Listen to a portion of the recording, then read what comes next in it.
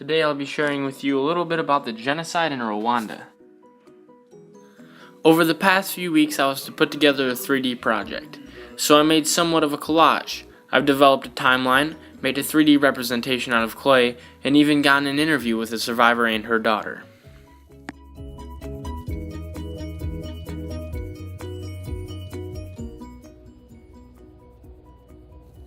I'll start by explaining my timeline.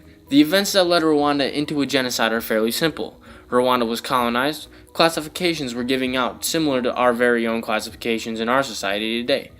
Tutsi being the upper class, Hutu being the middle, and the Twa being the lower. In this period of time, the Tutsi hold a monarchy, which is abolished in 1961.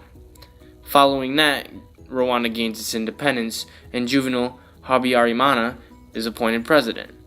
Around the same time, the Rwandan Patriotic Front is established, and only 1 year later crop sales die, and the Rwandan economy crashes. Following this, the RPF strikes, starting a civil war. Not long after that, Juvenal's plane is shot down, and he's killed.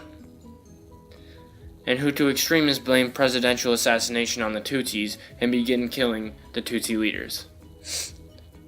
And the Rwandan genocide began. The killing lasted over 100 days, over 800,000 died, and between 250 and 500,000 women were raped. 67% of these women by HIV-positive men, as a weapon of mass genocide. The clay representation is the most straightforward portion of my project. It simply represents the position the Hutu and the Tutsi held, Hutu being the killer and the Tutsi being the victim. However, the most interesting portion of my project might have to be the interview, where through mutual friends I was able to come into contact with the survivor of the genocide, Cecile, and her daughter Yvette Mukakizima. Cecile played a crucial role in the saving of herself, her family, and many other Tutsi people. Cecile was able to change IDs. Cecile was able to do this because she had friends that worked in the lower sector, which is where they made the IDs. But what she did was very risky and very illegal. However, it is also morally right to save lives.